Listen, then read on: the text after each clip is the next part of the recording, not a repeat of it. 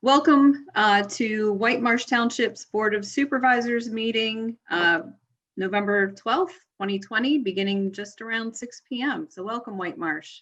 JC, would you like to lead us in the pledge? Yes, thank you, Laura.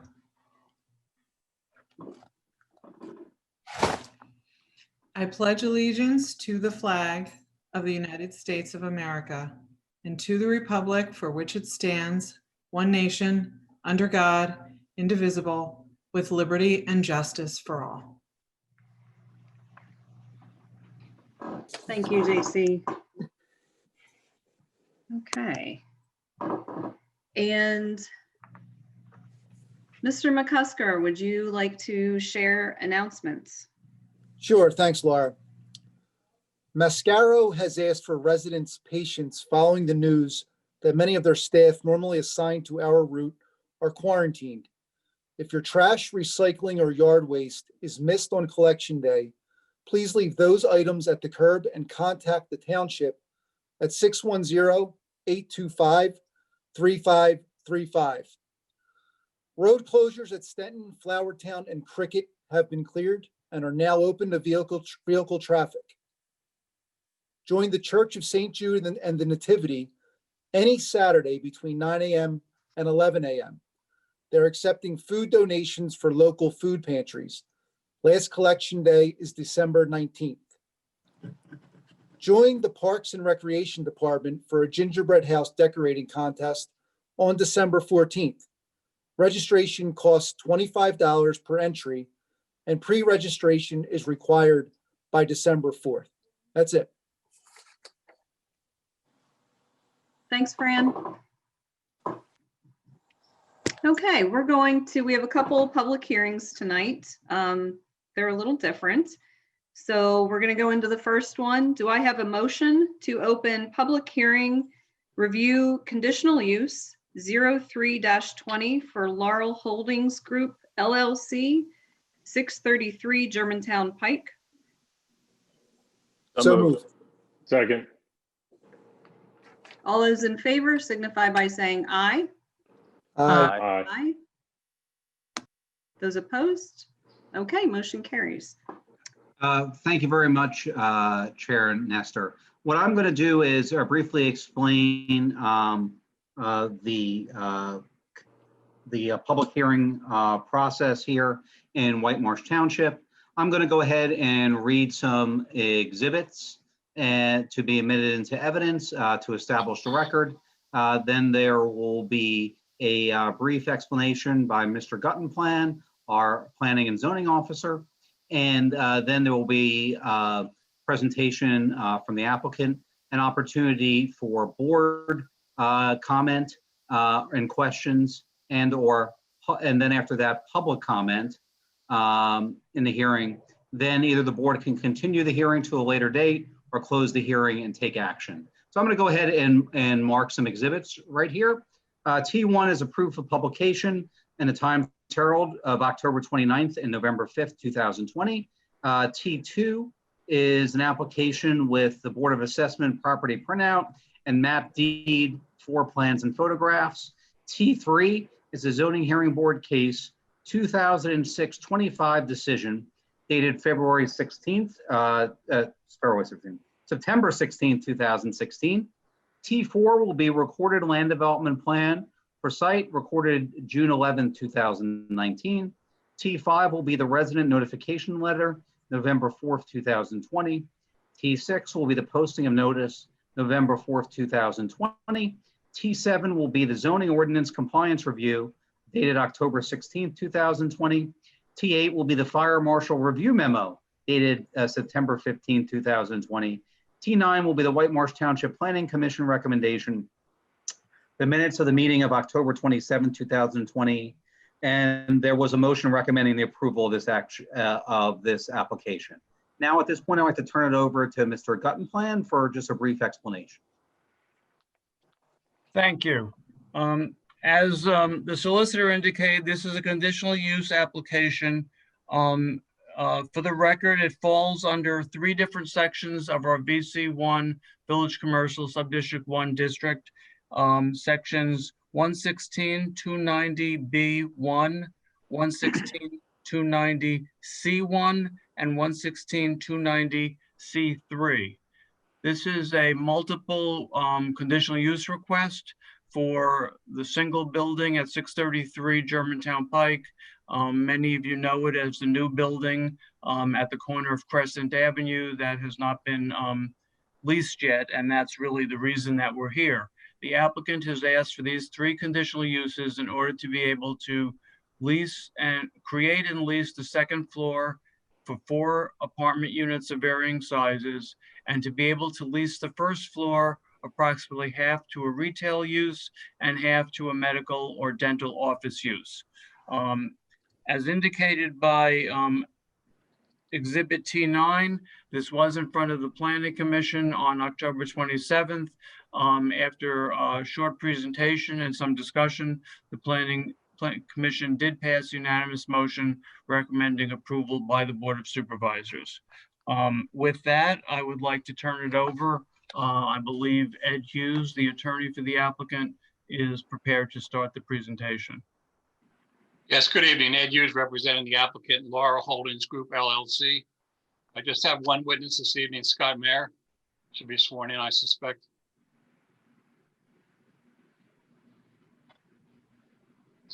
Okay, our court reporter will swear in the witness. Can I have the witness state your name, please? And spell your last name? You're on mute, Mr. Mayor.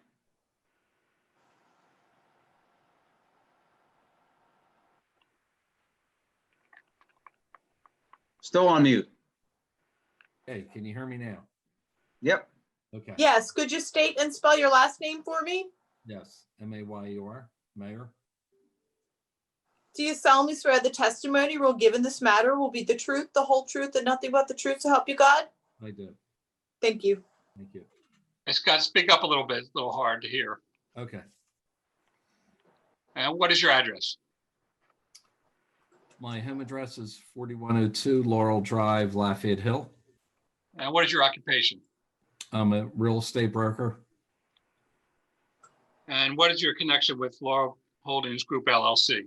My son and I are partners in Laurel Holdings LLC. And they own the property at 633 Germantown Pike? Yes, that's correct. And what is the current status with regard to that property? It's under construction and we currently are trying to lease the building. However, I have been unsuccessful so far in leasing it. And you obtained land development approval and some zoning relief in the past with regard to a proposal to develop the 6,400 square foot building into office or medical office or dental office space? Yes, correct. And what happened with that proposal? As far as leasing it, Ed? Yes. Well,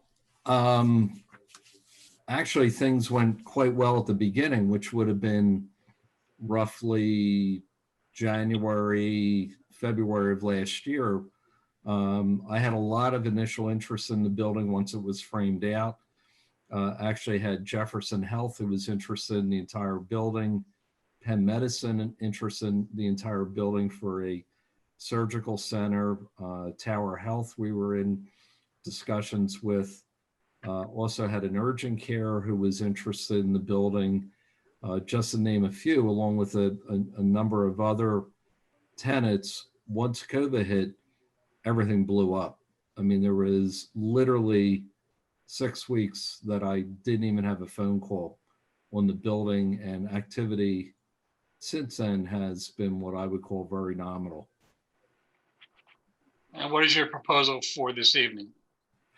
What we'd like to do is have the flexibility to place 4 apartments on the second floor, and either, depending on what is available tenant-wise, either retail or medical on the first floor, or office. I mean, it just depends on what we're able to do, in terms of securing a tenant. I mean, I'll say this, Ed, I think, Frayne is standing outside the township building. If he just looks to the right, he can see the building. I think everybody would agree it's, quite an improvement as to what was there on the site before. And I believe it's the first new building on Germantown Pike since Village Commercial was approved back in the early 2000s. And each floor in this building has 3,200 square feet. Yes, that's correct, Ed. And the building, the site development is proposes 32 parking spaces. Yes, So if you had 4 apartments and half office or medical office and half retail, the parking requirement would be 32 parking spaces. precisely. But if you had 4 apartments and office or medical offices on the first floor, you'd only need 24 parking spaces. Yes, that's correct. So we have enough parking spaces to provide the flexibility you're seeking this evening. Yes, yes, we do. We couldn't have any more than 1,600 square feet of retail, however. Correct. Yeah, it would only be a quarter of the building. And I'll just say, I've had very little retail interest in the building. You know, I've had a couple of restaurants, but you know, that really has faded since the beginning of the year. And you know, you just look at the Plymouth Meeting Mall as a good example of, you know, a very large facility being retrofitted into 500 and some apartment units in part of the structure. And the buildings will be served by public water and public sewer, Yes, and all the utility lines are underground. correct. And Charlie, do we have the floor plans for the 2 floors? Scott, up on the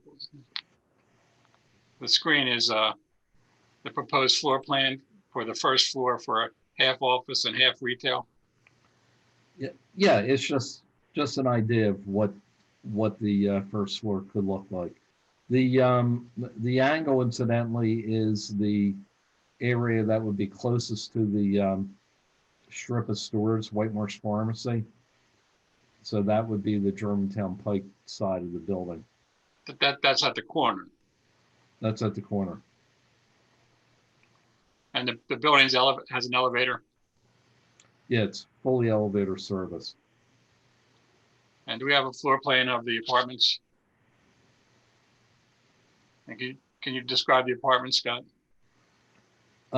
They're a combination of 1-bedroom and den or 1-bedroom units. They're not large units, but you know, that's all that we could get out of the space. And the buffering, landscaping, and parking lot landscaping were addressed in your original approval for the office building. Yes, yeah. Mm-hmm. And your proposed flexible use of this building is consistent with the character of the neighborhood. Yes, absolutely. It's consistent with Village Commercial. Will it have any, the flexibility of retail, office, and apartments have a harmful effect on vehicular or pedestrian traffic? No, I think it speaks the nature of Village Commercial zoning, Ed. That's exactly what the township had in mind when they designed the zoning district.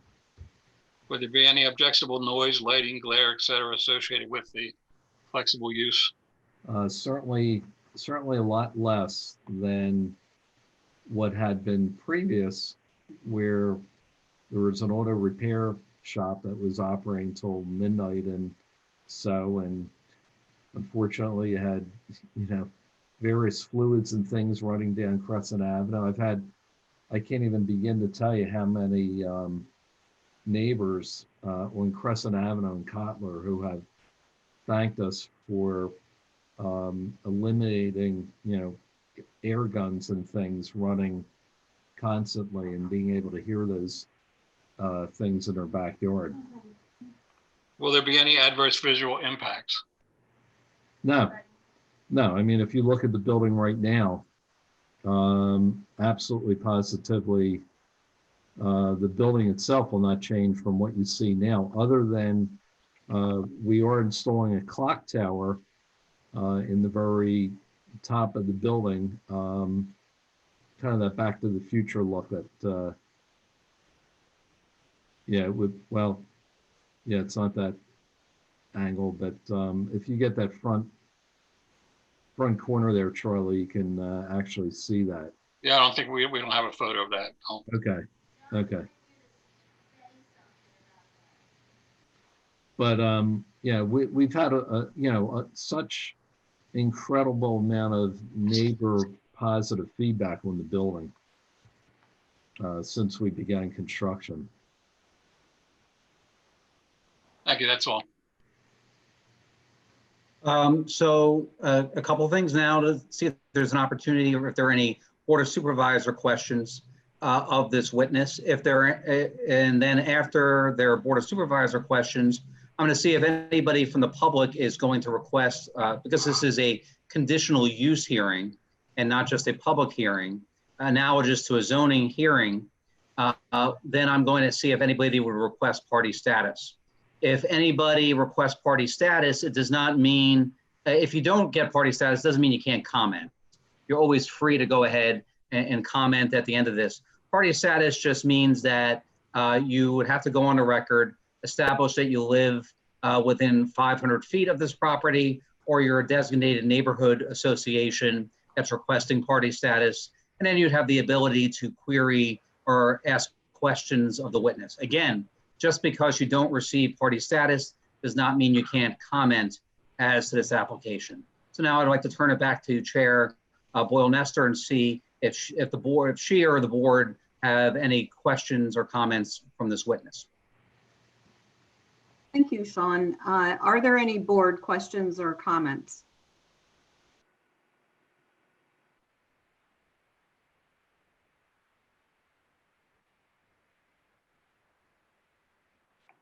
Okay, I don't see or hear anybody. Thank you, Ed, for the presentation, and Scott, I appreciate. Chair Boyle-Nestor, why don't you see if anybody is requesting party status before we go into the public comment portion of the hearing? Certainly. I just wanted to finish saying thank you for the presentation. That's okay. So is there anybody from the public that is requesting party status?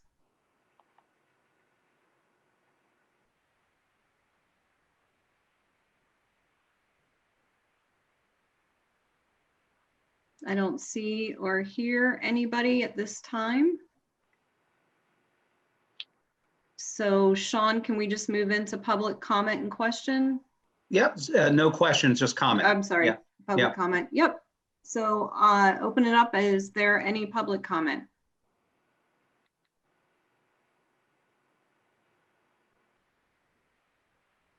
I'd like to make a comment. This is Sidel Zoe, Harts Ridge Road.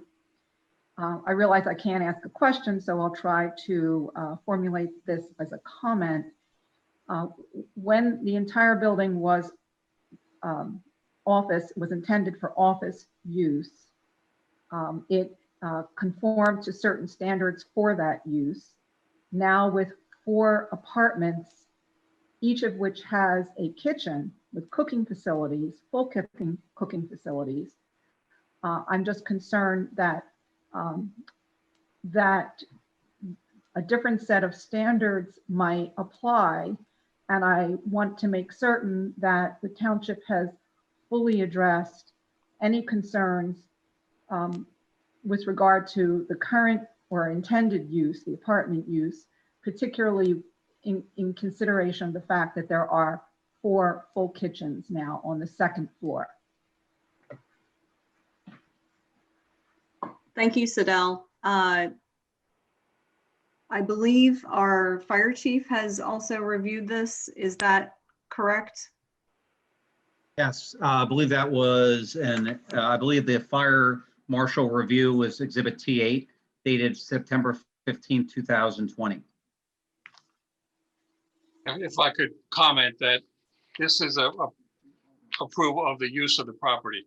If it's approved and we do get, you go forward with the 4 apartments, next step would be to get building permits for each apartment unit. And the layout of the kitchen and its impact on the entire building will be addressed during the building permit review stage. Thank you for that clarification. I appreciate that. And then if I could point out one item, the building is fully sprinklered. So I don't think we really spoke about that before, but you know, that's more than any residential house has in White Marsh Township in terms of fire protection.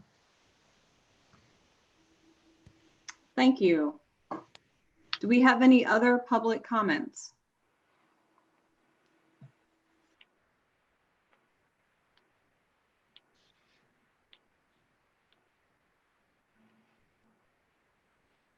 Okay, I don't see or hear any.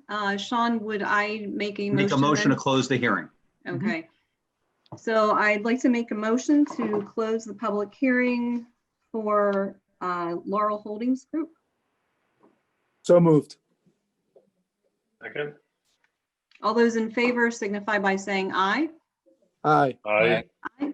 Those opposed? Okay, motion carries. And I think at this point, I'm comfortable going down to motions. If the rest of the board is comfortable with this. Yes. Okay. Do I have a motion to approve the conditional use number 03-20 Laurel Holdings Group LLC, 633 Germantown Pike for apartments, medical, and retail use in the VC1 district? So moved. Second. All those in favor signify by saying aye. Aye. Aye. Those opposed? Okay, motion carries. Thank you. Thank you very much. Thank you. Good luck with everything. Thank you very much. Okay, we're moving down to our second public hearing tonight, which is different than the one we just had. I would like to, do I have a motion to review the comprehensive plan selective update? So So moved. moved. Second. All those in favor signify by saying aye. Aye. Aye. Opposed? Okay, motion carries. Hi, thank you very much, Chair Boyle-Nester. As was before with the previous hearing, there is a slight difference. This is not a conditional use hearing. This is the public hearing that is just mandated per adoption of the comprehensive plan in the municipality's planning code. I'm going to go ahead and read and mark some exhibits so we have them for the record. Then Mr. Guttenplan will again give an explanation. And then we will go into, after a presentation, he's going to turn it over to our consultant. And then after any kind of presentation, there could be an opportunity for board comment and questions, and then public comment. And then the board can either continue the public hearing to another night or close it and take action. So I'm going to go ahead and read the exhibits into the record right now. T1 is a selective comprehensive plan update dated October 2020 draft. T2 is the proof of publication in the Times Herald dated October 28th and November 4th, 2020. T3 is in minutes of the Township Planning Commission meeting of October 13th, 2020, with the recommendation of adoption of the comprehensive plan. T4 will be the Montgomery County Planning Commission review of the plan document dated July 29, 2020, including the review of July 1st, 2019, which is cross-referenced in the review. T5 will be the Pennsylvania State Historic Preservation Office review of the plan document dated October 13, 2020. T6 will be an email from Christopher Lane representing the Township Open Space Committee reviewing plan document dated June 11, 2020. And T7 will be an email from the Plymouth Township Manager, Karen Weiss, talking about their township's review dated July 20th, 2020. And if appropriate, I'll turn it over to Mr. Guttenplan. Thank you once again. Just to keep the record accurate, I apologize, Sean, but you read one of the dates wrong. I just want to correct it for the record. The Pennsylvania State Historic Preservation Office review was actually August 13th, 2020. Thank you very much. Need all the help I can get. Okay, thanks. This has been a long time coming, and I'm really glad to be here for this hearing this evening. This is a process that started back in 2016 when the then Board of Supervisors appointed a comprehensive plan review committee. We met several times for a period of approximately 6 months. And that committee reviewed the 2003 comprehensive plan and determined that the land use and housing elements of the comprehensive plan were in most need of update. Other portions of the plan had been updated. These had not been, and it was their time. As a result of that, a request for proposals was put out to consultants in February of 2017, and a consultant, Bergman, out of Rochester, New York, and with offices in Conshohocken as well, was selected as the consultant to do the comprehensive plan update. Kimberly Baptiste was the project manager throughout the plan development. She's here this evening, and as soon as I finish my comments, she will make a short presentation to the board and the public. This has gone through a lot of public exposure and comment, which Kimberly will highlight briefly in her presentation. But once the draft was finally completed in 2019, it went to the Planning Commission. The Planning Commission had a number of meetings reviewing the document. There were many updates and changes and edits made as a result. And finally, this summer, the Planning Commission was completed with its review, and it was given back to Kimberly to make the final changes, which have been done.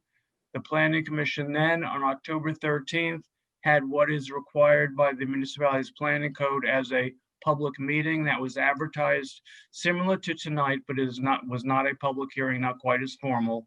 And at the conclusion of that meeting, a motion was made and passed unanimously to recommend adoption of the plan to the Board of Supervisors once you conclude your public hearing. Should you conclude your public hearing and be ready to adopt, there is a resolution that's been prepared. The planning code requires that any plan or amendment to a comprehensive plan must be adopted by resolution.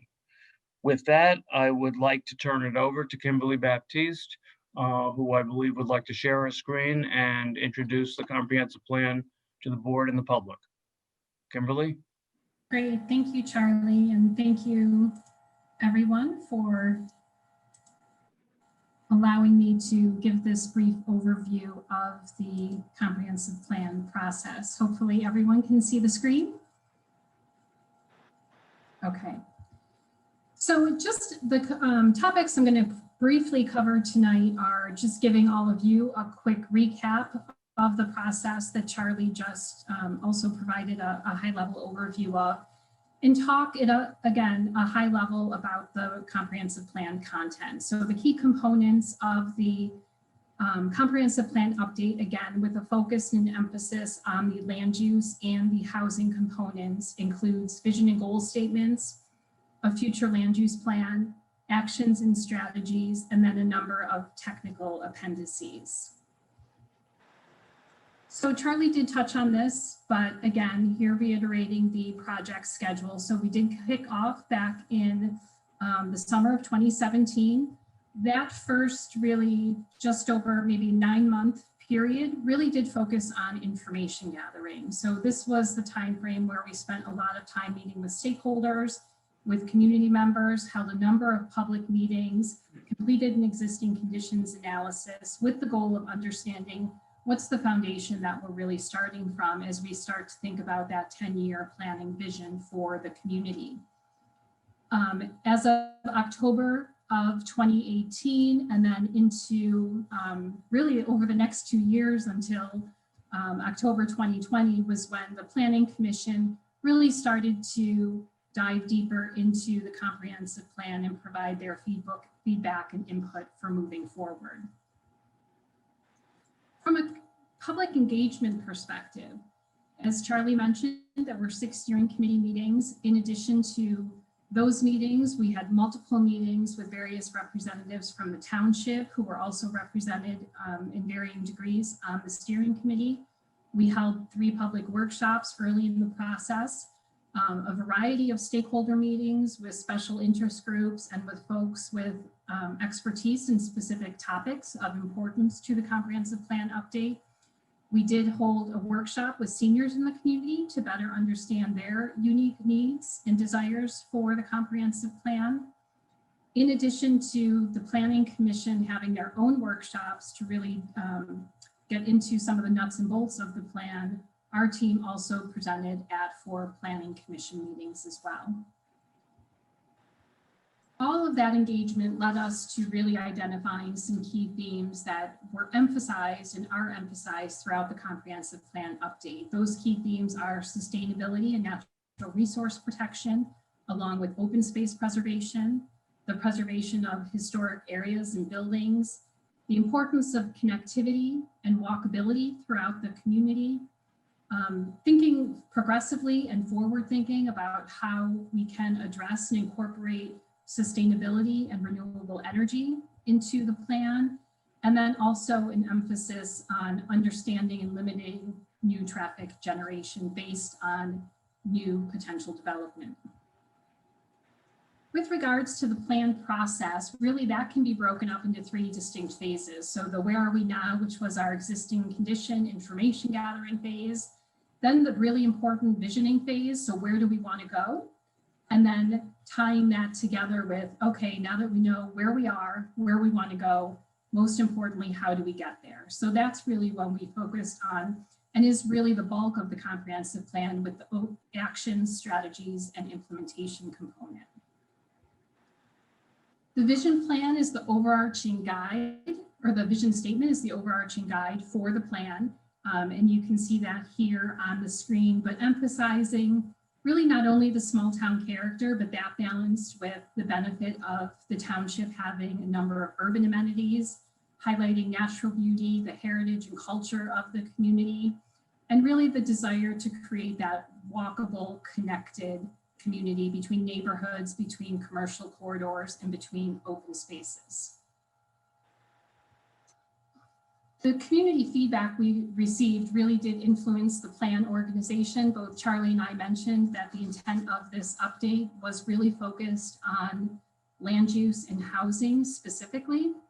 But we quickly realized that you can't look at land use and housing without considering a myriad of other factors that influence those 2 topics. So when we got to the point where we were coming up with our plan framework, the themes that we heard from the community around open space, around parks, around sustainability, really helped us to formulate the overall plan organization.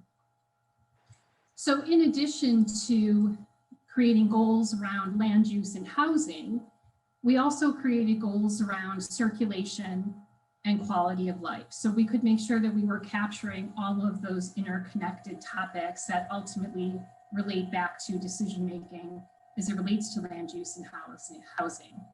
Under each of these goal areas were a series of policy statements, which I'll talk more about in just a minute.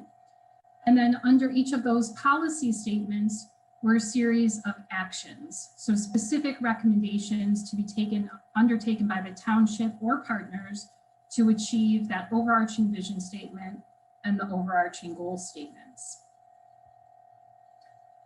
From a land use perspective, the goal was to maintain and enhance the character and quality of life by managing future growth and development. And the policy statements touched on land use and zoning, focused on commercial development, natural resource protection, as well as historic resource protection. When we talk about land use as part of the comprehensive plan, it's important to note and create that distinction between land use and zoning. So the future land use plan that is part of the comprehensive plan update is really a generalized narrative, visual and narrative representation of the desired future land use pattern. It does not mimic exactly today's land use pattern. It is also not regulatory. It is not zoning. It is a high-level vision for which through zoning, you can implement that vision. And zoning should be updated to facilitate the vision of the future land use plan. So The future land use plan, again, not regulatory, but is the basis for any future zoning modifications.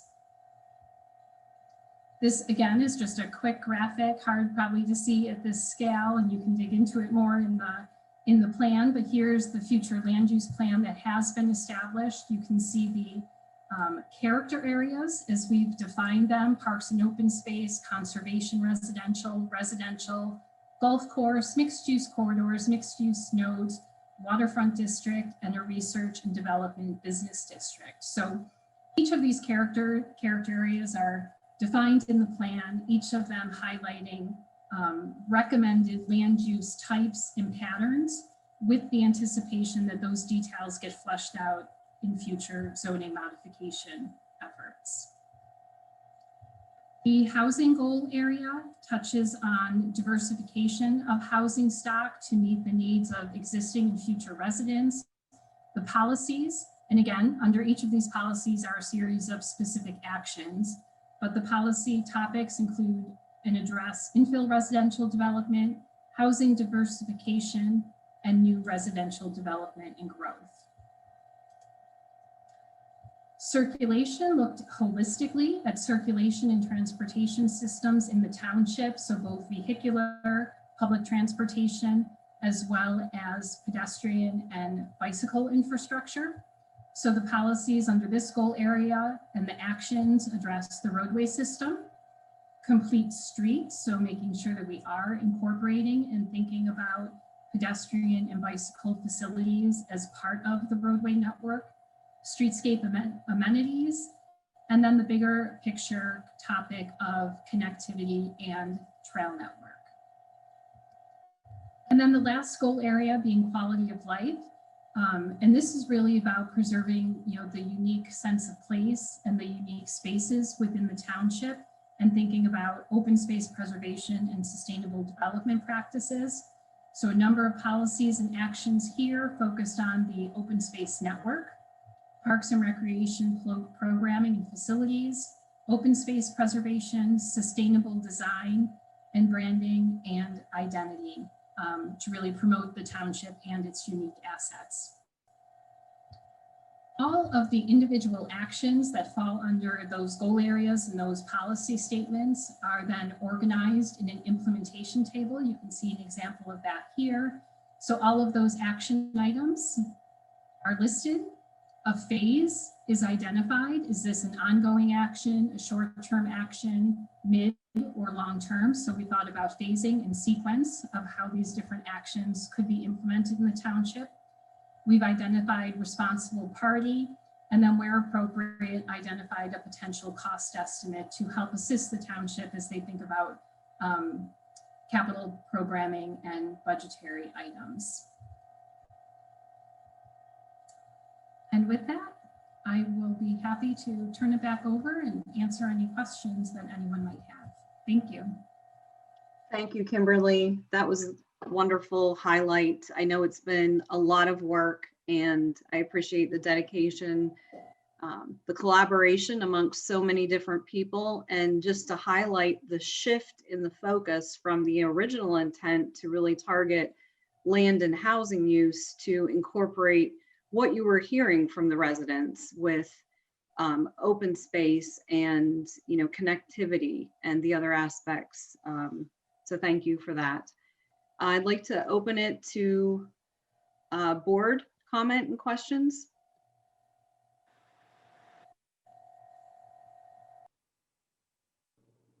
I know we've been talking about this for a while, so I don't know if anybody has questions at this point. I don't see anybody from the board.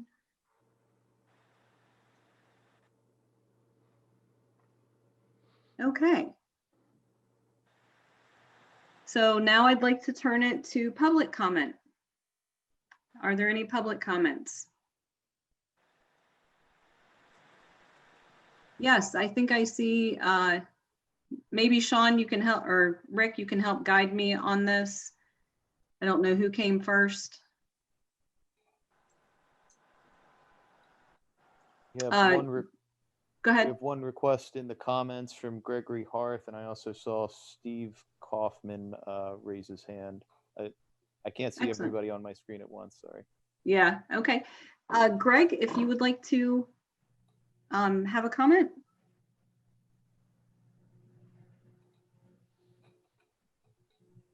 Good evening, Supervisors. This has been a long time coming for you guys, maybe almost 5 years. I want to compliment the committee that worked on the comprehensive plan for the last 4 or 5 years. I was invited to be part of that by the previous supervisors and representing the developer side with myself and Brian Halligan. And it was quite an experience to sit on that side and really understand how you steer development within a township. We volunteered our own time and spent at least 18 months of my own time working with the committee and the public. And we believe that there were shared goals of mapping out a plan for the future of White Marsh, which I think we have a lot of really positive stuff that came out of it. I want to put on public record that I did not participate in this process for any self-benefit or to seek any favorable treatment. But obviously I have a direct interest in the outcome of the comprehensive plan, as I'm a landowner of 5.5 acres in front of a train station. That's essentially the broad and main of the township. White Marsh Township is unique in the Philadelphia area in that we have only 2 train stations. Not only, we have 2 train stations. There are townships that have 0 train stations, and we have a unique opportunity. Through the public process, it was clear that the term transit-oriented development had kind of developed a negative connotation to it, and the term mixed use was used instead. I guess I'd like to get a clarification from Kim Baptiste and from the comprehensive plan. The plan is a broad brush, large marker, that you use to kind of draw in, but it appears as if in the areas, the 5 acres that we own by the train station, that it is green or parkland, which we do have 50 acres of parkland directly behind us.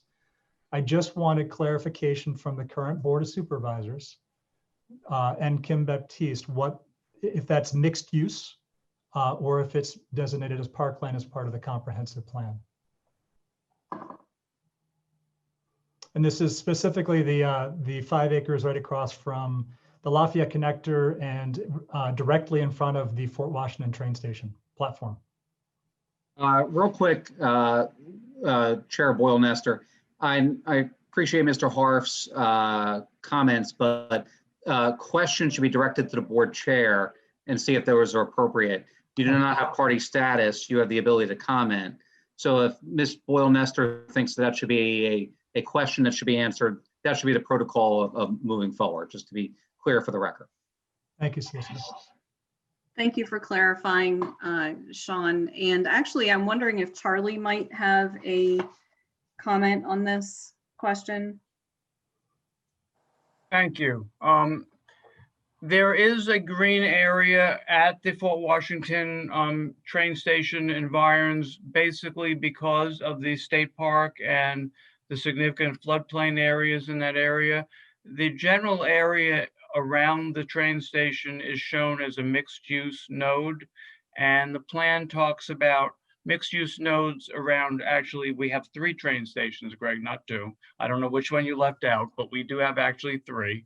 And each one of the train stations is a mixed use node with indications in the document that a mix of various land uses appropriate for each of the areas, because each of the areas around each of the stations is very different, should be developed through future zoning amendments.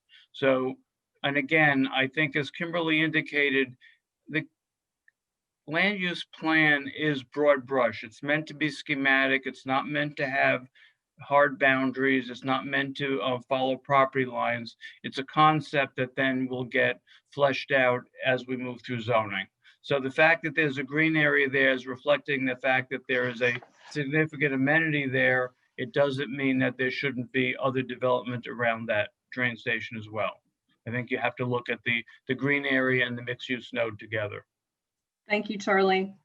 You're welcome. Do we have other public comments? Steve, I think Steve Kaufman, I Yes. saw. Yeah, I'll try to be brief. I'm speaking in support of this. First of all, I served on the steering committee appointed by the Open Space Committee. And I know that at least there was one other representative from committees from planning. And and that was Cheryl. And my sense was from the proceedings was that it was some of us local yokels and sort of open space advocates who were the most vocal in these meetings. I just want to notice that yeah, I think Greg was deliberately restrained in his comments because of his unique position. So I think that the most important, before I move on, I just also want to say that Kim walked in the room with good, solid planning values. And I was also glad to see that this process evolved and that the Planning Commission was able to set forth this premise of the comprehensive plan update on page 8 of the PDF. And I just want to quickly, and Sean, if I'm going too long, please, give me a signal. But there are 3 points in there that are extraordinarily important.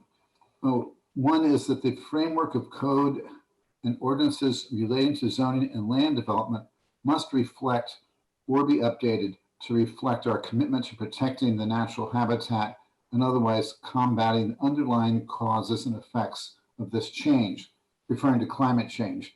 So this plan is saying we have new facts on the ground, and we have, therefore, we are going to be looking at our current ordinances and we're going to be enforcing what we have because we are in a climate crisis. That is the legal and rational justification for a different style of doing business in White Marsh Township.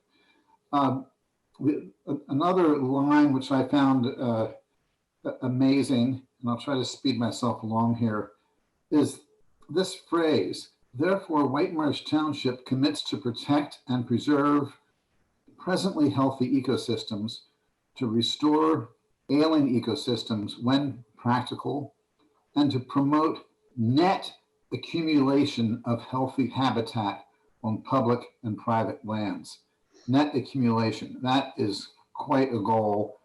And that means that we all have to pay attention to how we get there.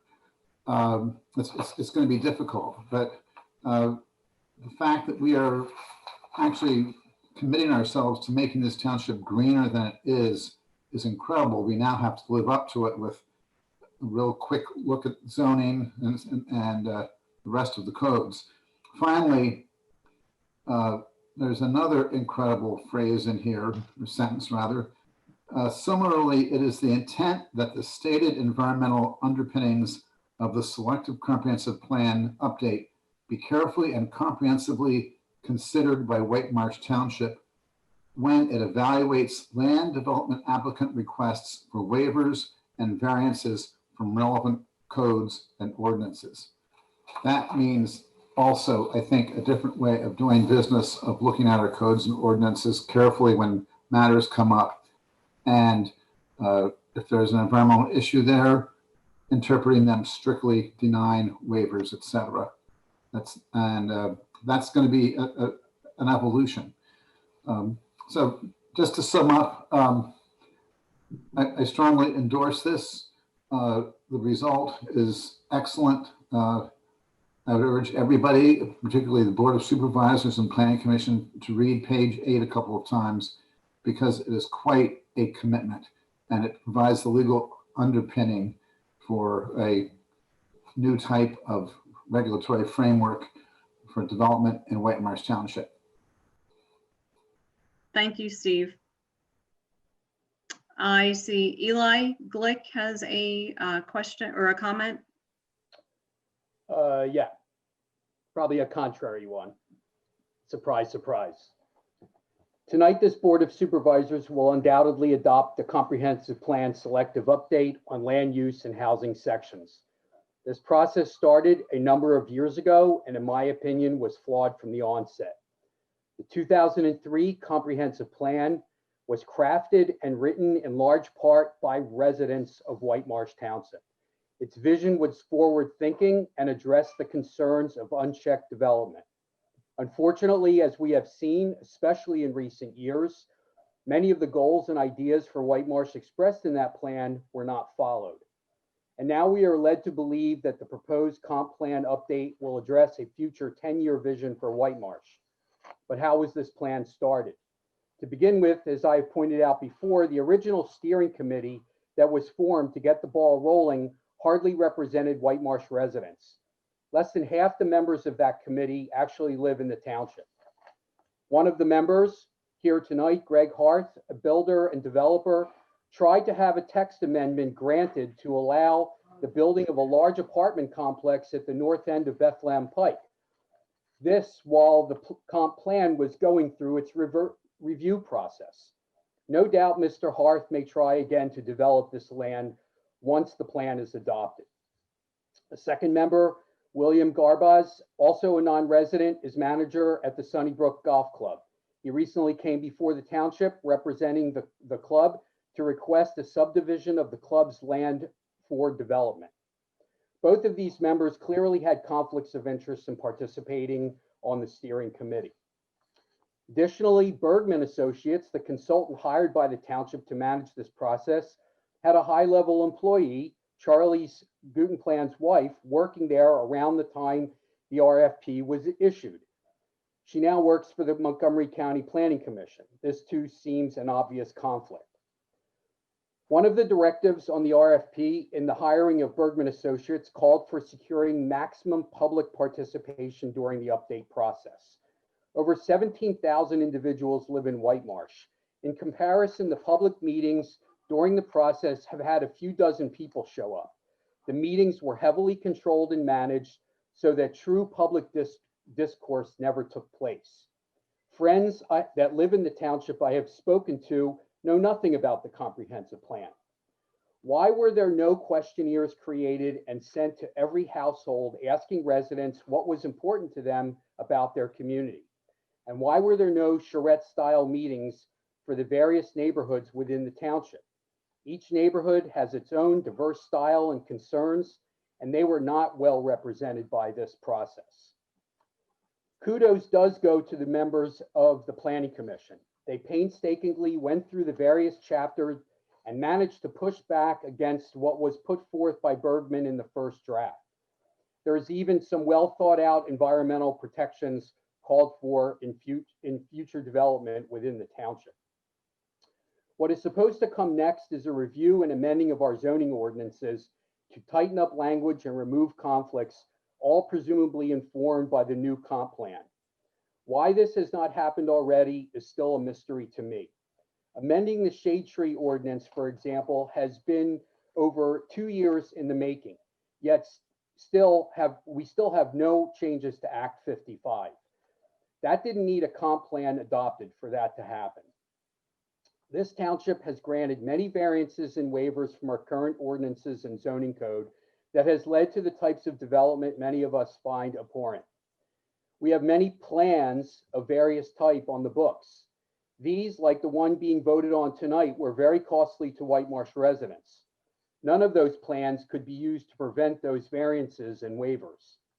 The citizens of White Marsh Township should have been afforded an opportunity to participate in the global plan for our township, for what our township might look like in the future. White Marsh residents are concerned about management of stormwater and flooding that has caused significant property damage. Most of us are concerned by ever increasing amounts of vehicular traffic and its associated noise pollution. Many of us are unhappy about the way the township has failed to protect its citizens from the type of development that has taken place in recent years. Time will tell what kind of benefit this comp plan selective update does for White Marsh. For me, it was a costly, unnecessary exercise. And I'll be submitting my statement directly to Mr. Halbum and Mr. Miller in hopes that the language is taken verbatim for the minutes and not paraphrased. Thank you. Thank you. Sean, do we have a court reporter still So to your Yes. You know, and comments, what we'll do is we will mark that as an exhibit, and that will be, we have Township 1 through 7. That'll be Township 8. So Mr. Glick's comments will be inserted as an exhibit. If he could just email that to me and Mr. Miller, we'll make sure it's marked as an exhibit. Thank you. any other public comment tonight? We have our Bob Dampman has raised his hand, I believe. Thank you. Bob? Hi, good evening. I live at 426 Flower Town Road, and I'm currently chair of the Planning Commission. And I just thankful to see this before the Board of Supervisors tonight. And I want to thank Vince Manuel and Peter Cornog, who has left the board, has moved out of the township, for their work with us on this plan. I also thank those that showed up in either physically or on Zoom at our 11 meetings that we had to discuss this plan. So it has been thoroughly vetted, and I believe that it's ready to go, and encourage your adoption of it. There is much work to do after if this is adopted tonight. There's much work to do as we look at planning and zoning, especially. But I do just want to commend this plan to you on behalf of our of our Planning Commission, and thank Kim and Charlie for their invaluable work in this process. Thank you, Bob, and thank you for your dedication and time to it as well. Sidel Zove, question, or I'm sorry, comment? Thank you. Sidel Zove, 644 Harts Ridge Road. I too want to add my thanks to the Planning Commission, originally under Vince Manuel's chairmanship, and then more recently under Bob Dampman's leadership. This was a yeoman's job undertaken by the Planning Commission, and they deserve a tremendous round of applause and our deep appreciation for this hard work. I do want to point out an instance, and this doesn't have to do with zoning. It actually has to do with the subdivision and land development section, chapter 105 of the code, that I believe needs close examination. And I don't know whether what comes next will tackle 105, but in light of page 8 of the comp plan, which Steve Kaufman spoke to earlier, which has the bold policy initiatives and goals with regard to environmental protections and recognition of the impact of climate change on our community. I want to point out that in chapter 105, the subdivision and land development ordinance, there is a section, a provision that allows developers, applicants to pay a fee in lieu of a green space set aside. And I find that very troubling. There have been a few projects that have actually been through the Planning Commission and through the Board of Supervisors recently, where developers have offered a fee in lieu of the land set aside. And there is a project that was presented just the other evening as a sketch plan where the developer indicated a desire, an intention to pay a fee in lieu of that recreational or park set aside. I don't know whether, as I said, chapter 105 is going to be tackled in conjunction with the updates to chapter 116, the zoning code, but I certainly hope that whether or not it is directly addressed, both the Planning Commission and the Board of Supervisors understand that allowing developers to pay a fee in lieu of a specific 10% of site area set aside for open space called park and or recreational space is not consistent with the goals expressed on page 8 of the comprehensive plan. So I hope that's something that you can begin to address even now as both Planning Commission and Board of Supervisors are reviewing plans. That fee in lieu is an option that is available to developers only with the review and approval of the Board of Supervisors. So it's my hope that the Planning Commission will recommend against such fee in lieu option, and that the Board of Supervisors will not agree to accept a fee in lieu of the 10% site area land set aside. Thank you. Thank you. Do we have any other public comment?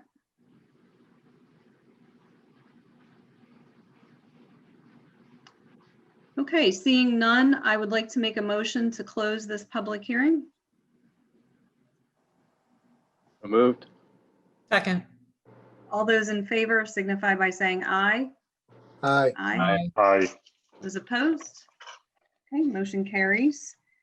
And I'm going to bring this down. It seems that we are certainly ready to move this along to the resolutions.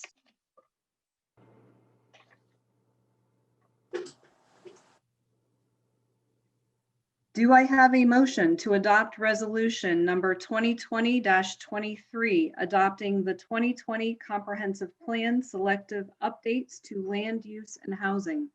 So moved with great enthusiasm. Second. Excellent. As this is a resolution, Mr. Miller, will you please call the roll? Sure. Mr. McCusker, Yes. Ms. Toll, Yes. Mr. Manuel, Absolutely, yes. Mr. Drosner, Yes. Chair Nestor. Absolutely. Thank you, everybody. It's as we have already commented, this is one step with many more to go. So are looking forward to continued collaboration in the next phase of everything. And thank you, Kim, for your presentation and all the work, and Bob and Vince and everybody else who is on the call tonight and not for their continued efforts, and we'll move forward. Thank you. I enjoyed working with all of you. Same Take here, care, Kim. Thanks for all. Yeah, thank you for your support of this.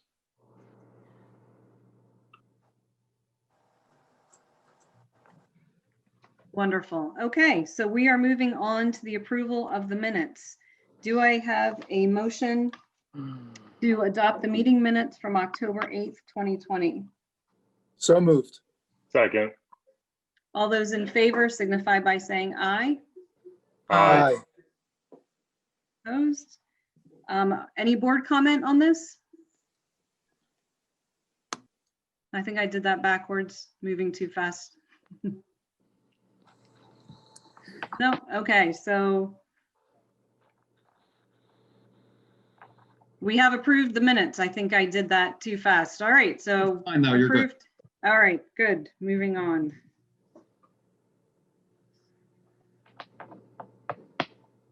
So now we're down to board public discussion items. And we have the review of the subdivision land development of 04-20 AIM, which is 1200 River Road, the land development waiver bike repair shop. Charlie or Rick, would you like to introduce this? I'll turn it over to Mr. Guttenplan for the introduction. Thank you very much. As you indicated, this is a land development waiver request. It is for a bike repair shop to be known as Sam's Place. AIM is proposing to install this in their parking lot, on the southern end of their parking lot, as a memorial to a 2020 graduate, Sam Ozer, who unfortunately died in a bike accident on Father's Day of 2020. And he was a great bike enthusiast. And as you'll hear, AIM feels this is a very appropriate way to honor him and to bring some of his teachings and what he learned and what he hoped his fellow students would learn to other students as they get through the AIM Academy. It's not going to be a public facility. I think that's something that has been a little confusing. It's being called a bike shop, but it's going to be just an educational facility for the use of AIM and their students.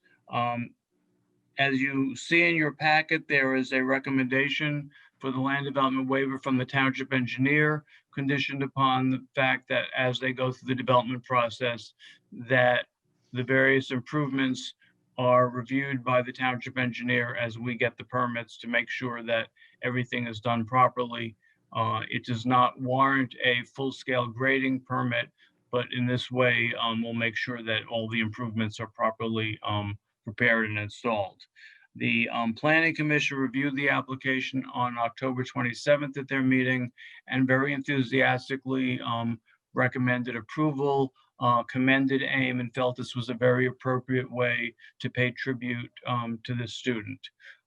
We have a team here this evening from AIM.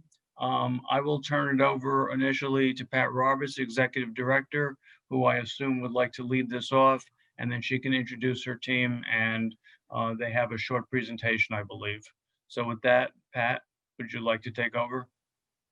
Hi, thanks. Unfortunately, Pat had to dash and she has left this in my hands. Okay, I'm sorry, I didn't realize that. No, that's okay. It was a last minute, not last minute. She had to go. She has a dinner reservation. I'm so sorry. I am a little nervous about this. My name is Ann Rock. I am, shoot. I'm a teacher at AIM, and I was Sam's English teacher and his mountain bike coach. And I watched him not arrive when he was there in second grade. I got to AIM later than that, but I have heard stories of Sam arriving at AIM as a tentative second grader who could not match his sounds to his letters, and how he evolved into a leader, a senior leader, where he was captain of our mountain bike team. He got into every college that he applied to, and his last day on earth was working at Trek of Manayunk, where he was assembling bikes and following that passion of engineering and noodling with bikes. And as Charlie said, it was on Father's Day, and he was riding his bike home when he was struck and killed by a car. My passion at AIM is to, and in life in general, is to get more kids on bikes, whether riding them or working on them. I see it as just a great transportation alternative and a great skill to teach our kids. So with that, I know that I'm sorry that Pat wasn't here, because she would have much more eloquently explained AIM and its mission and our amazing kids. But I will leave it at that. And I want to introduce Sam's dad, Sid, who I believe is here, and he can say a few words about the project, and then we'll get on with Jim Bannon from Nave Newell, I believe is here, and Jennifer Crawford from Blackney Hayes, who is our architect. So with that, Sid, are you here? Yes, I am. Thank you, Ann, and thanks to the Springfield Planning Commission, I'm sorry, White Marsh Planning Commission, whoops, White Marsh Planning Commission, and to the White Marsh board here for taking the time here to remember Samuel and move ahead to make the township and AIM a better place for many. Briefly, Samuel started at AIM Academy in second grade. He didn't even know his entire alphabet, and he was this bright, brilliant child. AIM provided the Wilson technique and other research-based techniques, experiential learning, extraordinary teachers like Ann Rock and Rob Irvin and Dr. Kristen Zielinski and many others.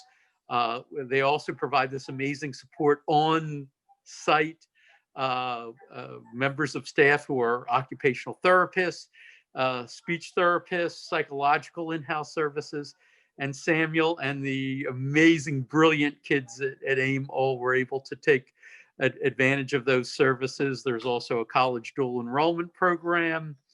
Samuel came to his own with cross country, robotics, obviously mountain biking. And he felt so proud and felt so good about himself. This was a kid who really did know his way in the world when he was a young guy, that he took on cultural skiing, canoeing, outdoor adventure challenges around the world. And besides the intellectual skills he acquired from AIM, it was the technical skills and the leadership skills he learned in robotics and as AIM's mountain bike captain that enabled Sam to become a bike mechanic, to earn money to apply towards his additional college expenses where he was going to attend University of Vermont in mechanical engineering. So this place will carry on and allow more students, these brilliant students, to become accomplished, proud members of our neighborhood and our township and our society, and also pave the way for futures for many others.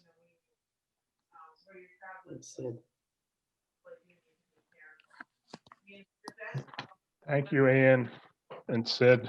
My name is Jim Bannon from Navenville. We're the civil engineering consultants for the project. Obviously, this is a very important project to AIM.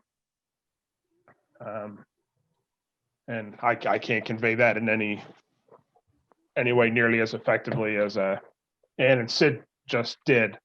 But if I can give you just a brief kind of overview of the project. Again, it is at AIM Academy, which is located along River Road and Manor Road, right across from the Mequon train station. Apparently one of the, this is probably the forgotten third one that is in your township. And since AIM has been at this property, they've done a great job of developing the campus, first with the soccer field on the north end, and most recently with the gym / makerspace, Black Box Theater, further south on the campus. Very southern end is where we're proposing Sam's Place. We're going to put it in a location that's currently 8 parking spaces we're going to get rid of for this.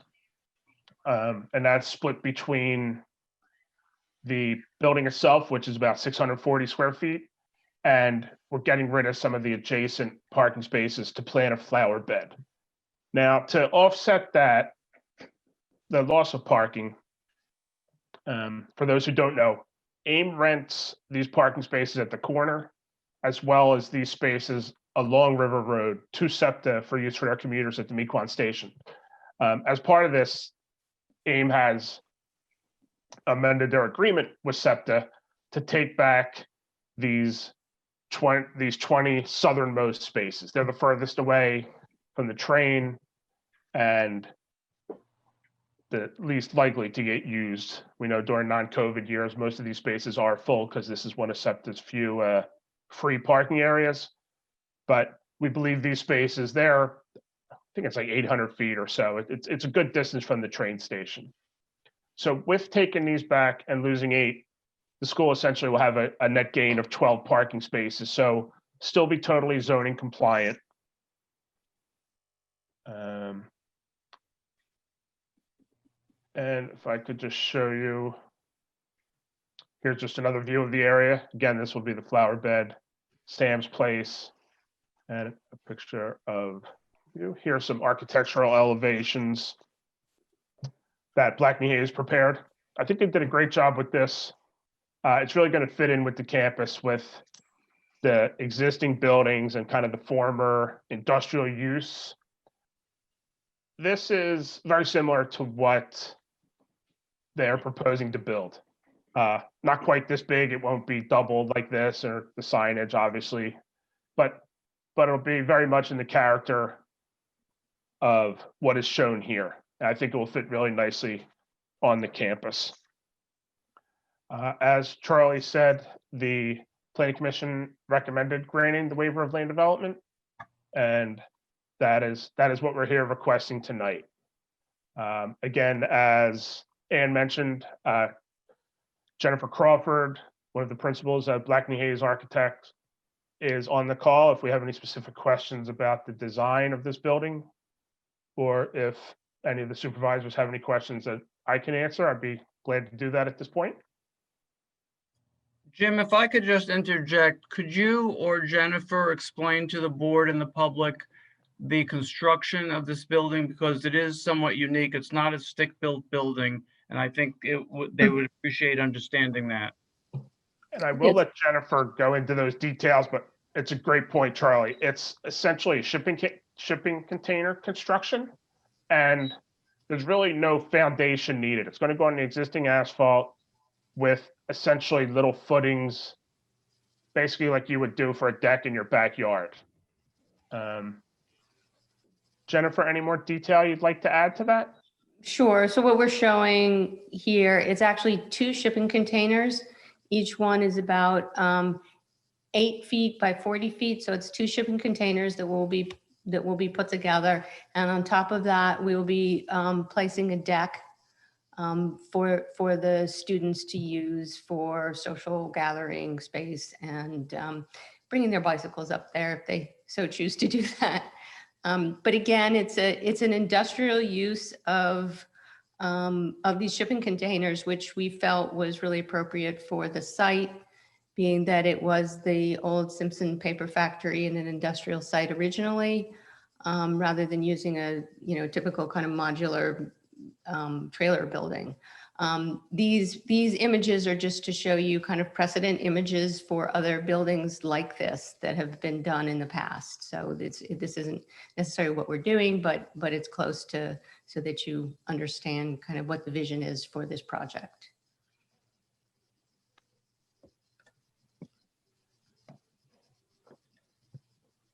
Thank you. Wow, there's a lot. Anne and Pat and Sam's family, Mr. Maslin, your love comes through, and you did a great job.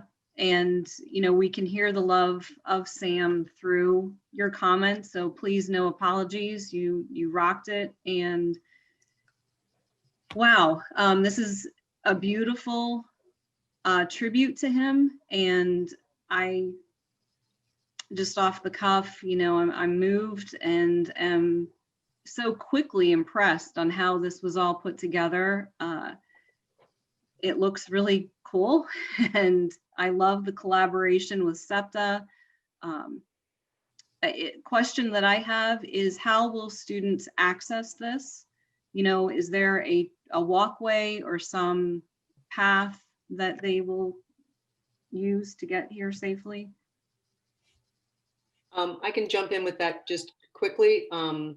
The structure will be located at the right off the Schuylkill River Trail. There's a little access road, not really a road, but it's paved, and it comes, right down here, boop, into.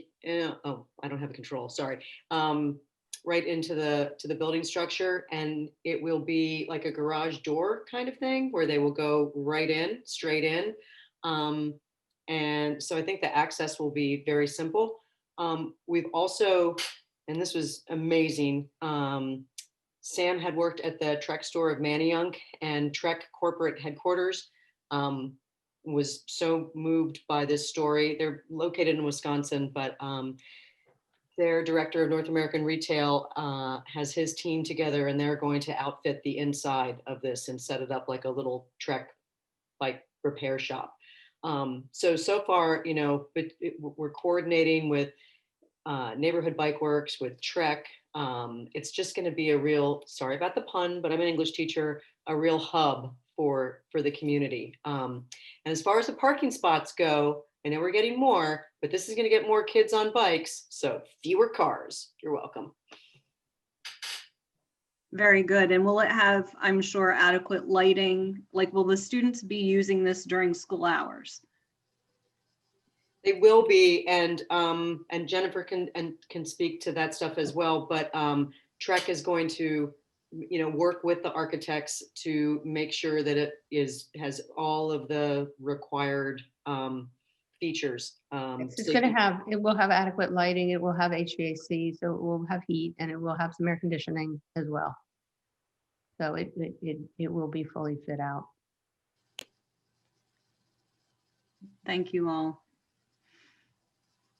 Do we have any board comment questions? Just want to say, it sounds like an incredible project, really inspiring work by the AIM community. We are really fortunate to have them here in White Marsh Township, and glad to hear so many organizations chipping in, like you just referenced.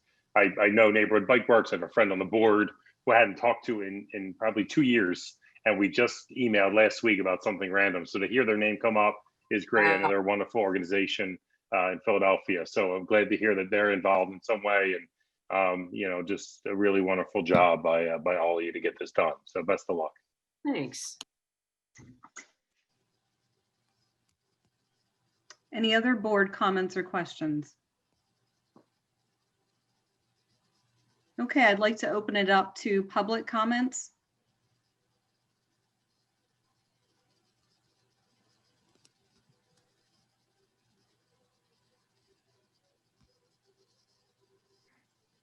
I don't see anybody. Sean or Rick, am I missing anybody? No. Okay. So I get the sense that we are ready to just move this down to a resolution. Do I have a motion to adopt resolution 2020-24 granting a land development waiver for the subdivision land development 04-20 AIM 1200 River Road for a bike repair shop classroom? So moved. Second. Mr. Miller, will you call the roll, please? Sure. Mr. McCusker, Yes. Ms. Toll, Yes. Mr. Manuel, Yes. Mr. Drosner, Yes. Chair Nestor. Yes. Thank you all, and I wish you the best. Do you have an idea of when you will begin the project? I'm actually hoping in the next few weeks. Wow. Yep. Excellent. Well, thank you for sharing your time and story of Sam. Thank you. And we'll make sure that everybody here is invited to the grand opening, which hopefully will be in May. Wonderful. All right. Please let us know. Yeah, definitely. Thank you so much. Thank you. Thank you. Thank you for your time.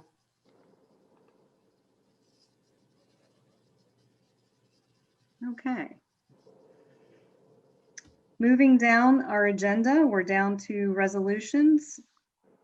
Do I have a motion to adopt resolution 2020-25, authorizing a liaison with Berkheimer for sharing confidential local Act 511 tax information with the finance director and township manager? So moved. Second. Mr. Miller. Thank you, Chair Nestor. With the departure of our finance director, we're required to change the name on the attached resolution that, as mentioned in the resolution, will allow Berkheimer, our Act 32 appointed tax collector, to share confidential tax information with the interim finance director and the township manager. In speaking with Berkheimer, they recommended that we put the titles on the resolution, as most municipalities do that because people change jobs from time to time. So we've put those two titles of the finance director and township manager. This will then allow us to view the information that Berkheimer sends to us on a monthly basis.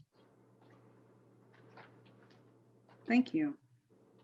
Do we have any public or board comments or questions?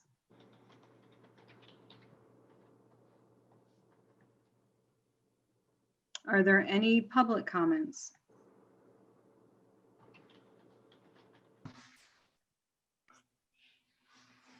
All right, seeing and hearing none, Mr. Miller, will you please call the roll? Mr. McCusker, Yes. Ms. Toll, Yes. Mr. Manuel, Yes. Mr. Drosner, Yes. Chair Nestor. Yes. Thank you.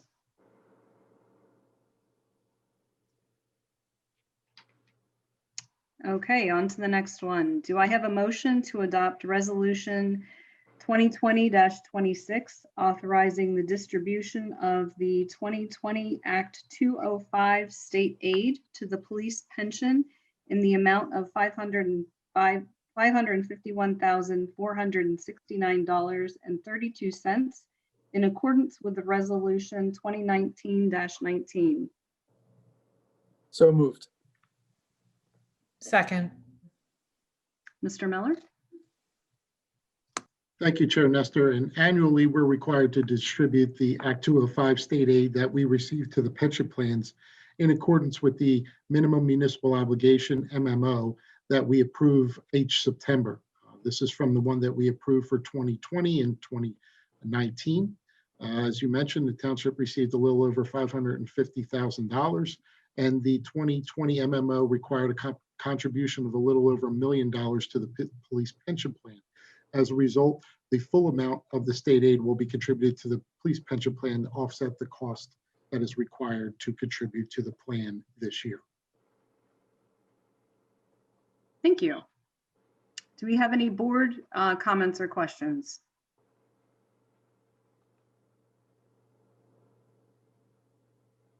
Do we have any public comments?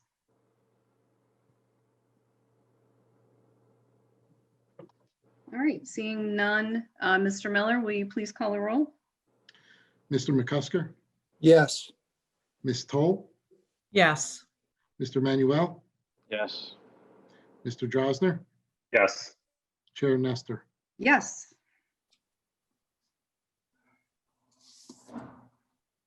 Excellent. We're going down to motions now. And do I have a motion to approve the 2021 work budget as the 2021 preliminary budget? So moved. Second. Mr. Miller? Thank you, Chair Nestor. And as usual, this is something that the finance director presents, but obviously we're in a bit of a transition here. So just to go over what we're going to do here is the township adopts the work budget, which we're required by our charter to have to the Board of Supervisors by October 1st as the preliminary budget. The reason being is that we have to advertise that budget in advance of this meeting, which we've done. And we've had two budget meetings on October 19th and 26th, where we met with the board met with the departments as well as ancillary groups on their budget requests. As part of that preliminary budget and the work budget, we are showing roughly a deficit of just under $1 million, or $977,655. And we'll go into slides in a few minutes here, but just wanted to point out that the 2021 preliminary budget is showing an increase of about 3.5% in expenditures and a decrease in about 0.7% in revenues compared to the 2020 final adopted budget. We'll go over some of those reasons outlined in the budget stressors, but most notably, it's the impacts of COVID that have reached down to the township. We'll also, as part of this budget, is a 3-year capital improvement plan that's being proposed. That is a roughly $5.6 million plan that's being funded through current reserves, as well as a 2014-2018 borrowing that was done by the township. These numbers that are being shown are based on numbers that were put together by the end of August. We have subsequently had a meeting, a workshop meeting on November 5th, where I provided the board some options as to how we could balance this budget. No decision has been made at this time, and the reason why we're not showing those options is because, again, when the advertising had to occur was before that November 5th meeting. Therefore, we're showing the work budget as the preliminary budget. So I'm going to walk through some of the slides that were shown during that workshop meeting to the public and to the board so that they can get a sense of why we are where we are and where we need to go in order to get this to a final final adopted budget that is balanced by our December meeting. So I will share my screen.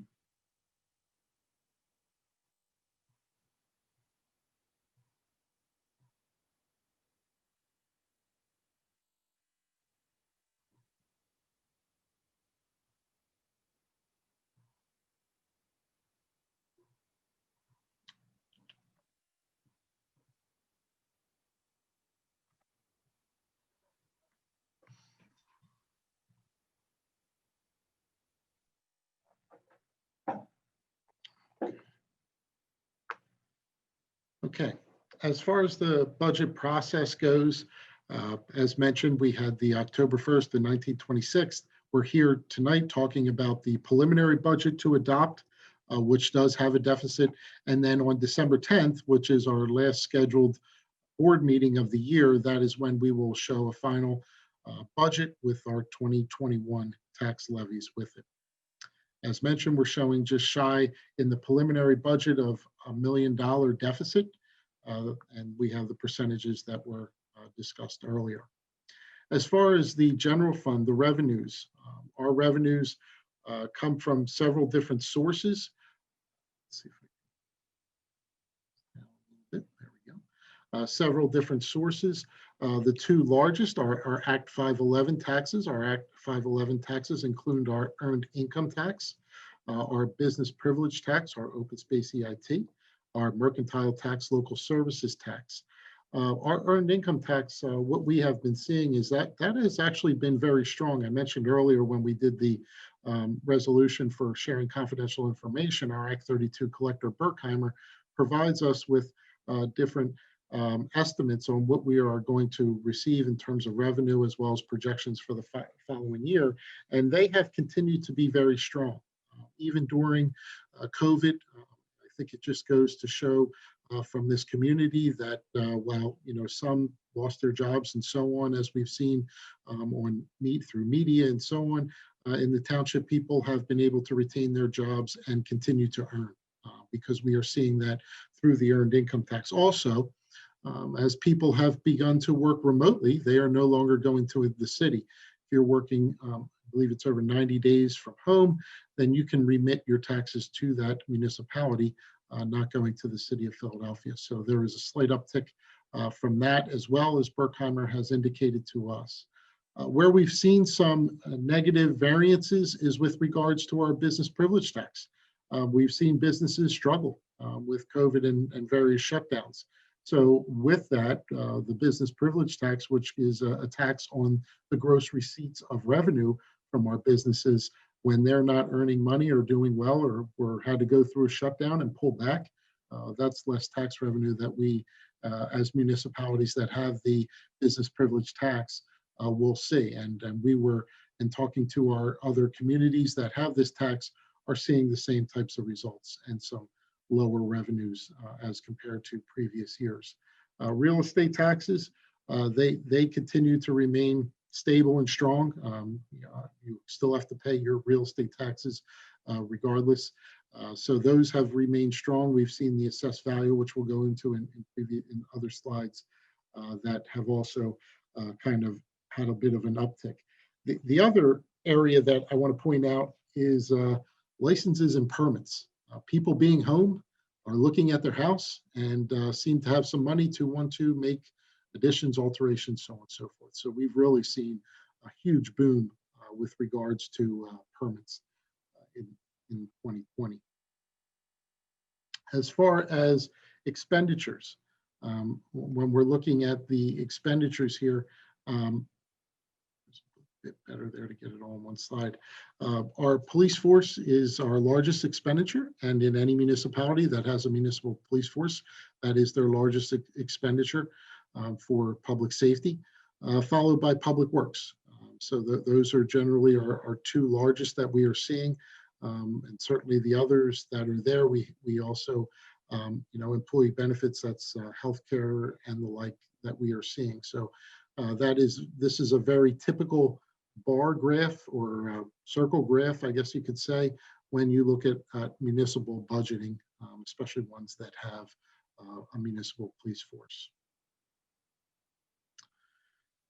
So we talked about some, I mentioned why we saw some reduction in revenues, but here's some budget positive. Our real estate taxes, again, people have paid their real estate taxes. We've collected just about 100% of our real estate taxes. So they came through as expected, as in previous years, and have shown a slight uptick as the overall assessed value of the township has increased. I mentioned building permits. Health insurance costs. The township is part of a health trust. It's a pooled trust of municipal entities across mostly the state of Pennsylvania, but also there's several that are in Delaware as well. We're able to pool risk amongst all of the members. Therefore, we've been very successful in working with the trust and receiving some discounts as being part of the other insurances, property and liability, as well as workers' comp. We receive a multi-trust discount. And then we also receive rate stabilization funds, and that is from the reserves from the trust. And in doing so and signing on a 2-year deal, White Marsh has been one of the original members of the trust from the early 90s, a 2-year deal. We were actually able to see, not in this budget, but in subsequent budgets that we'll be able to show, a reduction of about 18% in premium costs. And that's at no reduction in terms of the level of healthcare provided, especially during these times when we are going through COVID, and just the uncertainty is really remarkable, that and shows to the success of not just the health insurance. The next one is insurance costs. Same with property liability, same with workers' comp. The Delaware Valley Trust have really been a success for, at the end of the day, the taxpayers, and the reduced amount of premiums that we have to pay in our municipal budgets. Mentioned a few other that are there. The other one that I'll just touch on briefly is the real estate transfer taxes. That's as the result of the resale of homes. Also, as we still have some developments that are coming on, but in a typical October, and that's not even being shown in this preliminary budget, but we have even seen an uptick in October, and that's from resale. And the housing market in White Marsh and the surrounding suburbs is extremely hot and valuable. The values are really, really strong and continue to rise. So we have continued to see very strong real estate transfer tax numbers, even during a pandemic when you would think things might pull back. We have seen no pullback, and we have seen actually the markets of those over $500,000 value homes starting to move, which in the past 2-3 years really were an area that were few and far in between. It was mostly the houses with values under 500,000. So the real estate market in White Marsh is extremely strong, vibrant, and valuable. As far as moving on to transfer tax impact on carryover. So this is directly related. As we do well and we receive more than what we are budgeting for, we're able to carry over a balance into the next year's budget, which actually help us balance budgets from year to year. So we have our projections, we exceed our projections, those are then carried in the carryover balance. And as you can see, there's a direct result with the implications of the transfer tax. And we've seen it really over the past few years as we've seen some of new housing development, but also really it's just the strong resale development that we see in White Marsh Township. Mention the annual assessed value. The annual assessed value is what the assessed value is over the entire township. And that is generally a flat number. You generally see that flat, but we've seen that increase a little over 3% over a 3-year period. Again, that's some of these developments that started several years ago. Now that they're coming online, you receive the real estate transfer tax for them, and then on an annual basis, you receive taxes based on their assessed value. So we have seen that also be an increase, and as housing development stop, then this will flatten out going forward. Mention the insurance cost again, and really the success of White Marsh and other municipalities being part of a risk pool trust. that we've really seen significant savings in this to municipal budgets, which at the end of the day impact taxpayers in a positive way. So we've seen and we're not losing any service. Actually, they have fantastic service, as well as all the coverages that we have as for the township, whether it's the property liability or the employees, whether it's workers' comp or in our healthcare. These are actual just numbers. We talked a little bit about percentages, but as far as the transfer tax, you can see we've been, averaging quite astonishingly about 1.2 million, which has been increasing about 211,000 annually. And then, as mentioned in the real estate taxes, average about 3.2 million, which is an increase of just under 20,000 annually in real estate collections. So there's some of the good news. Some of the not so good news is what we call our budget stressors. And this is, as mentioned, the business privilege tax revenue, no different than the surrounding municipalities. As businesses have struggled through this pandemic, we have seen less tax revenue from that.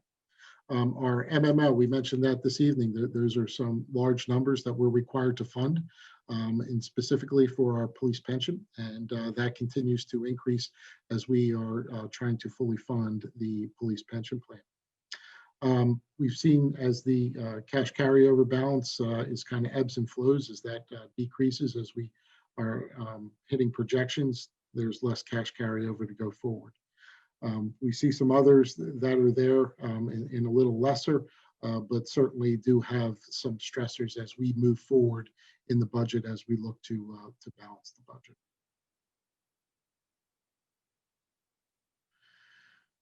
Business tax impact on carryover balance. We talked a little bit about this during our budget hearings, and this is one of the things that we have been concerned about. One of the things that the board is looking at moving on from as we look at proposals from other tax collectors to hopefully increase our business privilege tax in terms of moving forward. And certainly we hope as the economy starts to open up at some point in the future. I know that the time obviously isn't right now, but at some point it will reopen, that we do start to see some of those revenues come back from our business community. General fund debt service. Not a big fan of this graph in that it makes it seem like it's really stepping up a lot. It should be a little bit more flatter based on the numbers, but point being is there is some increase as we are paying back principal in our debt service, and those amounts are split amongst different line items, but nonetheless, those are expenses that have to be paid as we are paying back the principal and interest from our debt service fund.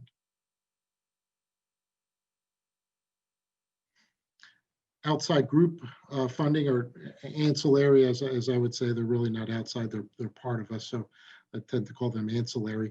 We're fire, library, ambulance. You can see there that the board over the last few years has really made a conscious effort in trying to help and partner, I should say, better word, with our ancillary groups, fire, library, ambulance. We know what happened last year with the ambulance, or I'm sorry, the fire company and the tax.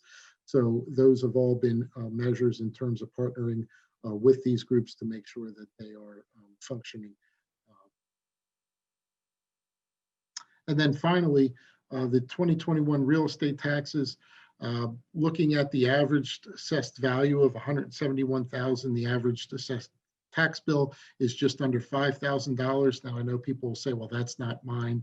But what I think is more important is the percentage of where your taxes go. Because everybody likes to say they pay taxes and we pay high taxes, or our taxes are very reasonable. We like to show this because just under 80% of your taxes go to the school district. And quite frankly, this is really no different than any municipality that has a school district. The majority of their taxes are going to go to the school district. In this case, it's roughly just under 80%, it's 79%. The next slice of your tax bill is to Montgomery County, which is approximately 13%. That includes the tax that goes to the community college. So roughly 13% of your tax bill is going to be going to Montgomery County. And then for the approximately $24 million budget that we're proposing here in the preliminary, 8% of your taxes are going to White Marsh Township. So the lowest part of the pie to cover what we're showing here in the 2021 preliminary budget, approximately $24 million budget. So again, I can just stop this. Again, we have shown some, at our last workshop meeting, we have shown the board some options as to how we can move forward with the balancing of the budget. A lot of that has been because of positive variances that we have seen from some of our revenue sources, that being our real estate transfer tax, that being our earned income tax, that being, we've seen some, as mentioned in our healthcare, we've seen some really positive, numbers there. So we're able to reduce some of those expenses as well. So we are very confident that we will get to a balanced budget. We still have some work to do. You know, we aren't quite there yet, but we are very confident in what we are seeing that we will get to a balanced budget moving forward for 2021.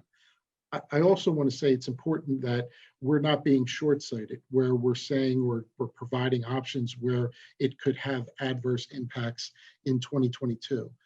Obviously, with the pandemic and how long this is going to last, nobody knows. But we are looking, and we have looked at not putting the township in a financial bind in future years. Doesn't mean that there won't be difficult budget years in future years, but we are not going to try and sacrifice future year budgets for just trying to balance this budget. So we do take that into account. That's something important when we are providing options to the Board of Supervisors as ways in which we can look to balance it. But what we are seeing, some of the positive expenditure numbers from our department heads as we've moved from, we've seen September, we've seen October, we're getting into almost midway through November, some really positive expenditure numbers, and in addition to some of our tax collectors providing us some positive projections as we are moving forward for the remainder of the year. So I'm confident that we will be able to move towards a balanced budget. We still have some work to do. Certainly appreciate all the support of Nate in his time here in the finance department, staff who has worked really hard through numerous meetings and some cutting before we even got to the board, and really the board's input. This is your stamp, one of the roadmaps that is used as we look at spending for not just next year, but also in future years, and the guidance that you've provided to staff as we move forward in balancing this budget. So sorry for the long-winded, it's a lot that's going on. There's a lot of moving parts that are still continuing to happen, but we have some great confidence that we will be able to get to that balanced budget by our December 10th board meeting. Happy to answer any questions you may have. Thank you, Rick. We'll let you take a breath there. Get a drink of water if you need it. Feel free to move about a little. I just want to say thank you. You stepped in during this interim time with Nate. You did a great job doing the presentation and helping lead our budget workshop meetings. And, I appreciate all the residents who have, participated and comments, and that, again, this is a preliminary budget. So there's still conversations that we're having, and we'll, look at this again in December. And I also want to say thank you to all of our department heads and, Sean Halbum in assisting you, Rick, with everybody tightening up and seeing, where they can cut costs and prioritize, for capital projects next year and what we need to do. And I appreciate also that you said about, we're looking ahead to 2021, but not just that, 2022 and 2023. And I appreciate that 3-year glance ahead, and we don't know what's going to happen. So we need to be wise in what we're looking at and, prioritize. This is going to be tough and important conversations to have. So thank you again for taking the time to speak tonight and, go through the presentation. I know this is usually not your area that you do the presentation with. Do we have any board comments or questions related to the budget?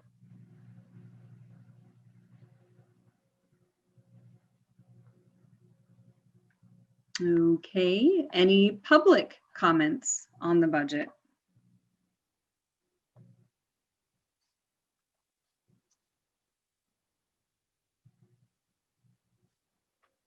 Okay, seeing none. Oh, I thought I heard something. Okay. All those in favor signify by saying aye. Aye. Aye. Those opposed? Okay, motion carries. Thank you.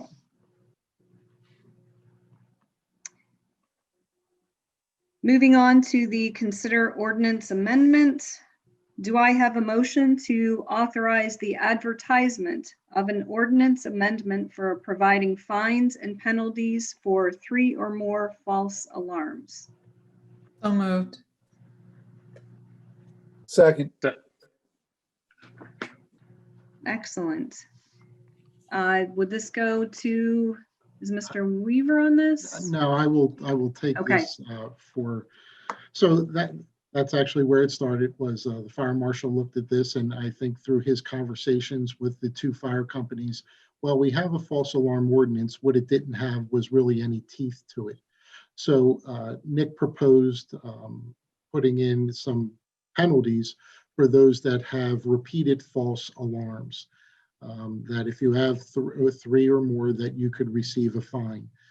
This proposal was taken to the Emergency Services Board, was discussed during the most recent Emergency Services Board meeting, and I think had very good feedback, so much so that they recommended this ordinance to the Board of Supervisors.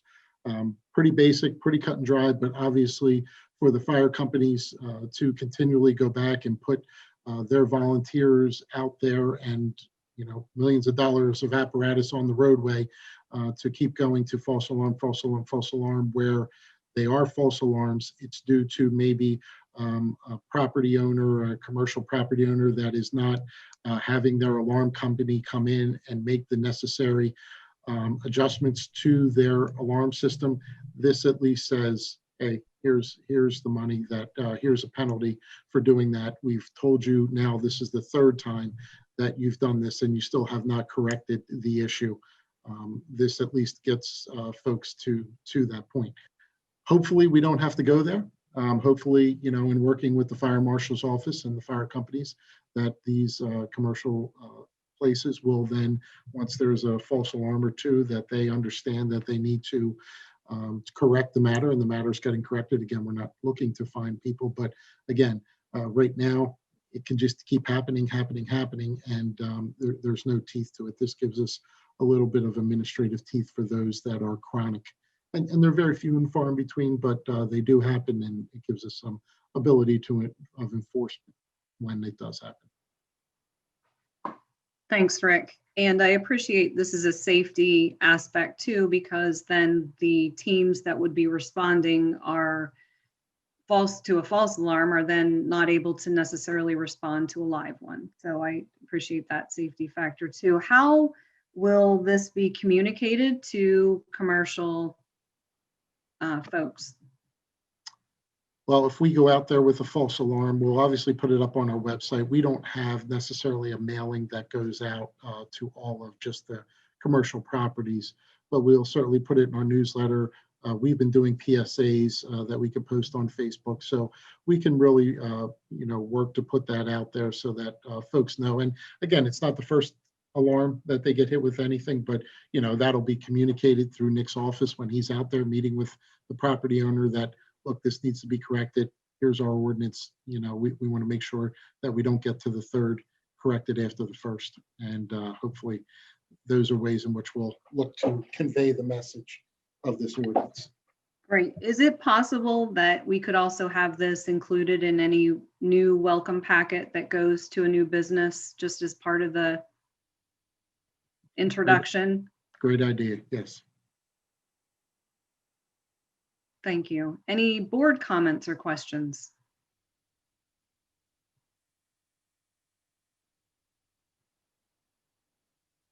Okay, any public comments?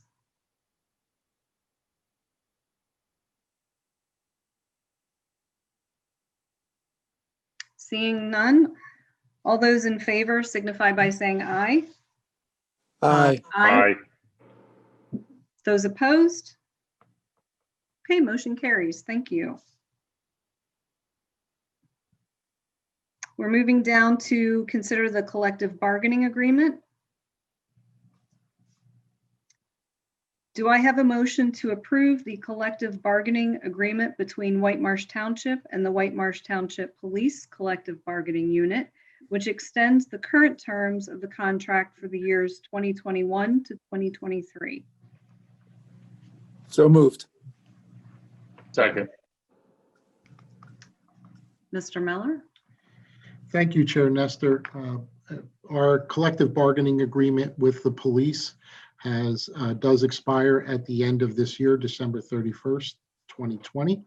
We entered into negotiations with the contract committee and had several meetings with them. The whole idea on both sides was a fair deal for the officers and a fair deal for the township. We just talked about a lot of the budget and budget stressors, and to the credit of the police officers, they understood that. We shared that with them, and we also understood some of their concerns as well. At the end of the day, what we proposed was an extension of the contract. So there is no increase to any of the items above what they are already receiving. They will continue to receive the salary increase that was previously in there at 3.25%, and it will extend the terms for 3 years till December 31st, 2023. I would like to thank their contract committee, who was very professional throughout all of the negotiations. They were Sergeant Brian Mack, Corporal Mike Burton, Officer John Hartman, and Officer John Cooney. We had a very good and open, honest negotiations. Worked with the board on those terms, and believe, again, that we accomplished what we set out to accomplish on both sides, which is a fair deal for the township and the police officers. Excellent, thank you. Do we have any public comment? Or I'm sorry, board comment or question?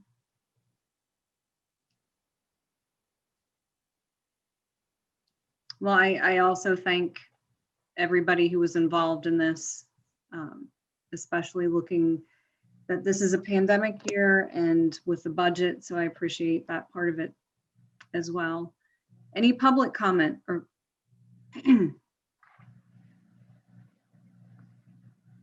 okay, seeing none, all those in favor signify by saying aye. Aye. Those opposed? Motion carries. Thank you. Going down to certificate of appropriateness, we have 2. And the first one, do I have a motion to approve the certificate of appropriateness for the installation of a fence at 107 Black Walnut Lane? So moved. Second. Mr. Gutenplan.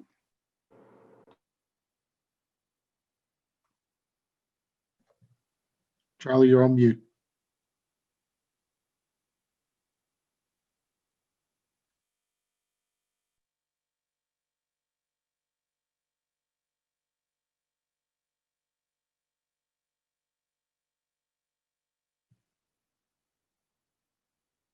Charlie, you're on mute.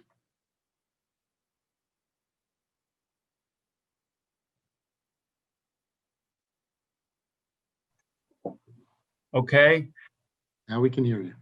I apologize. I couldn't get to my microphone. I will put the my share back up.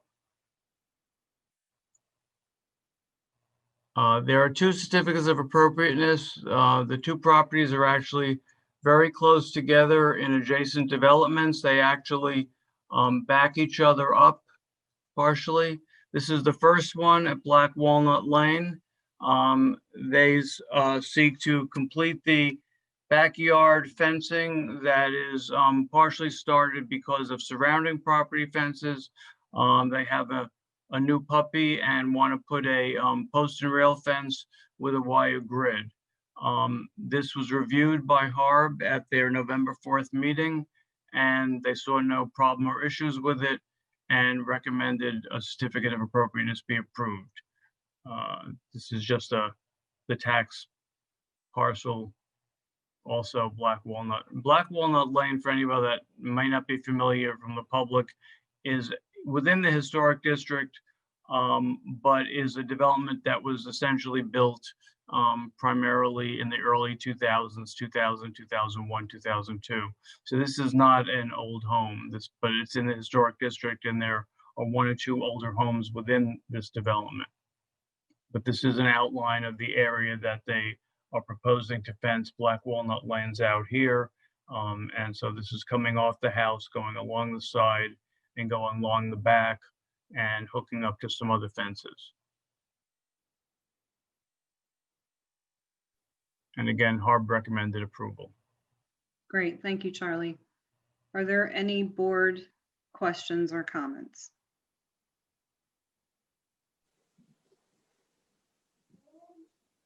Any public comments?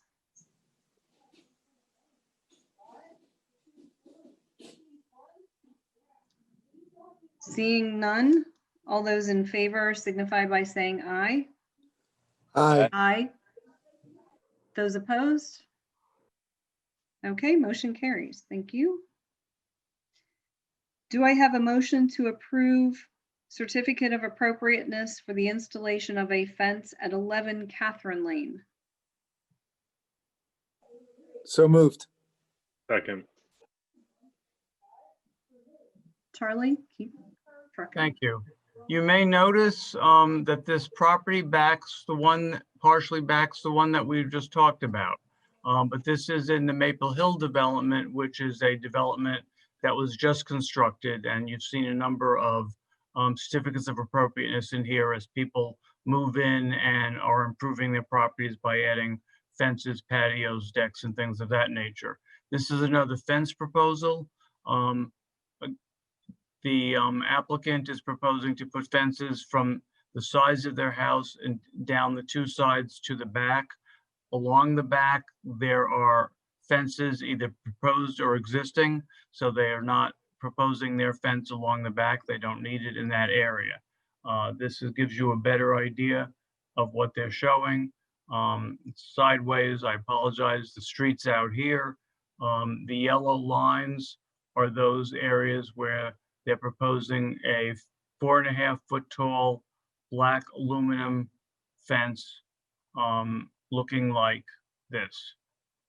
And again, this was recommended by HARB at the November 4th meeting. Again, they saw no issues with this and unanimously recommended approval of the certificate of appropriateness.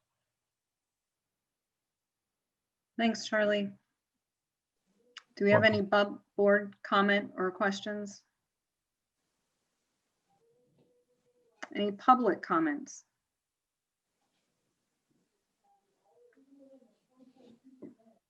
Great. All those in favor signify by saying aye. Aye. Aye. Those opposed? Motion carries. Thank you. Okay, we're going down to consider October expenditures and payroll. Do I have a motion to approve expenditures totaling $2,840,658.77 and payroll totaling $999,302.72 and pension paid costs totaling $3,643.72 for October 2020? So moved. Second. Excellent. Any comments or questions, Rick? Anything to add? No. Anything from the board? Any public comments? All those in favor signify by saying aye. Aye. Those opposed? Great, motion carries. Do I have a motion to amend the agenda? So moved. Second. All those in favor signify by saying aye. Aye. Aye. Wonderful. Okay, do I have a motion to authorize the Solicitor's Office to intervene on behalf of White Marsh Township in the Montgomery County Board of Assessments appeal for Alter-711 Sheaf Lane? So Or, moved. I'm sorry, 7111 Sheaf Lane. Let me just say that correctly. So moved. Second.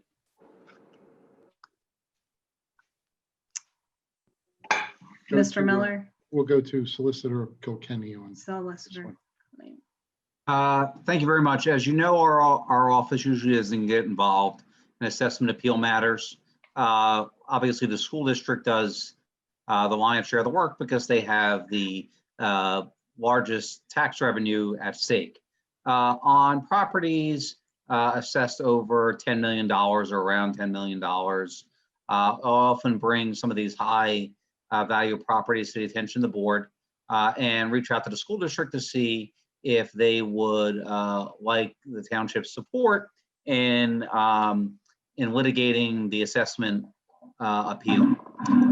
We have about a $5 million difference, which would be significant tax revenue for White Marsh Township and the Colonial School District in the county if the school district's position on what the assessed value is not maintained.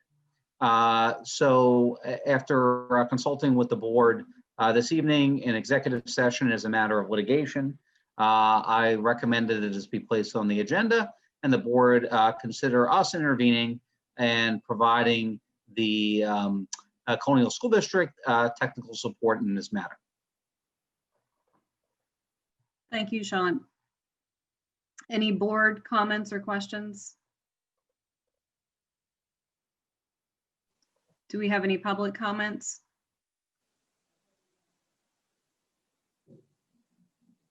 Okay, all those in favor signify by saying aye. Aye. Aye. Those opposed? Okay, motion carries. Keep us posted, Sean.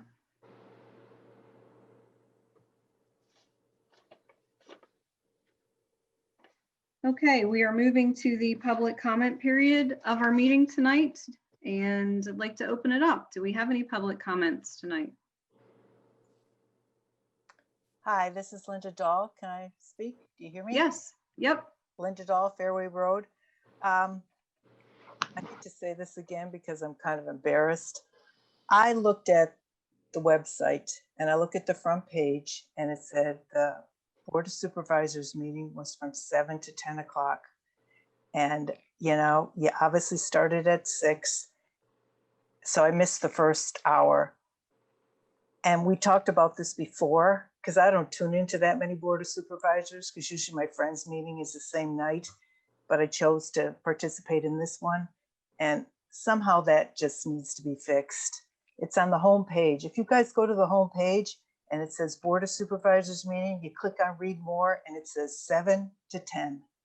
And that's the problem. It needs to be fixed. So anyway, I missed part of the meeting.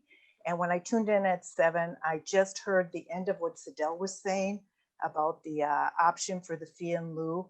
So I'm not sure what went on before that. So I hope my comments are appropriate.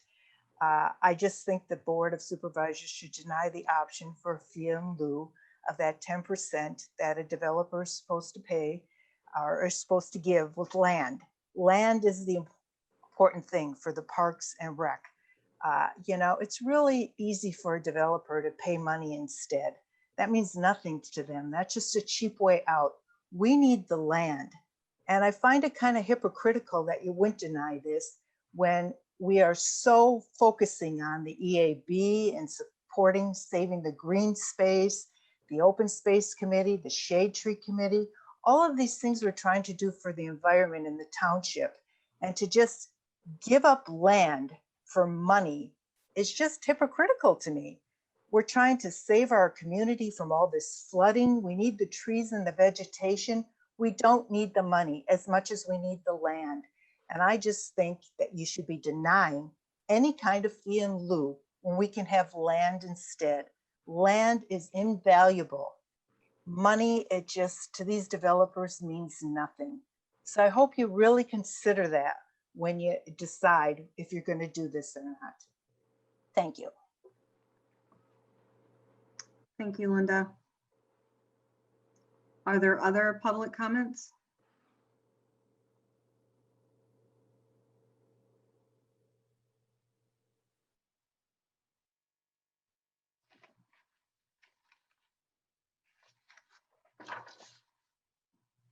All right. Any board member comments?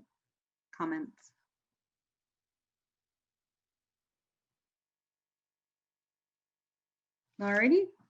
I would like to announce that we had 2 executive sessions. One was October 16th, and that was to review litigation and real estate.